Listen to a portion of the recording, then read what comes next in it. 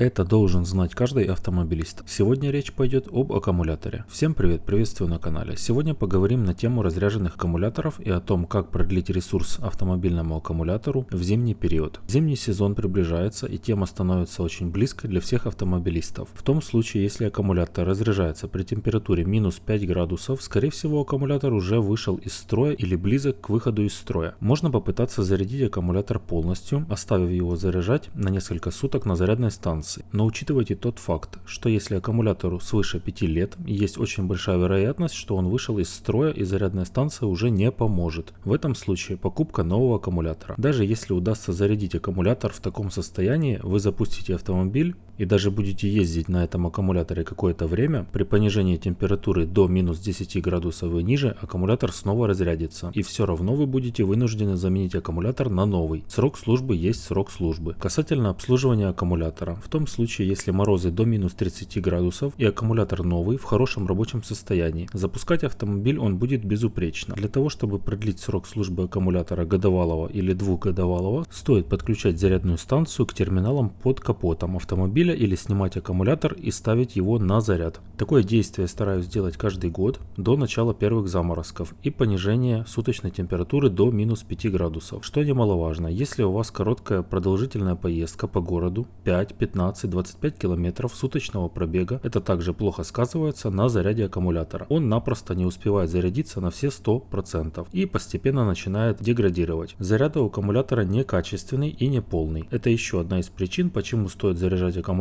на зарядной станции в межсезонье, хотя бы один раз в год. Это существенно продлит срок службы вашего аккумулятора. Также рекомендую очищать клеммы аккумулятора от оксидации, что улучшит контакт клемм и минимизирует потери тока. Что немаловажно, после очистки клемм стоит нанести спрей для защиты полюсов клемм аккумуляторной батареи. Такого рода защитные покрытия минимизируют вероятность образования оксидации на клеммах аккумулятора и улучшит контакт клемм с аккумуляторной батареей. Надеюсь, данное видео будет полезным. Переходите на канал и смотрите другие мои видео. Не забывайте подписаться на канал. До встречи на канале.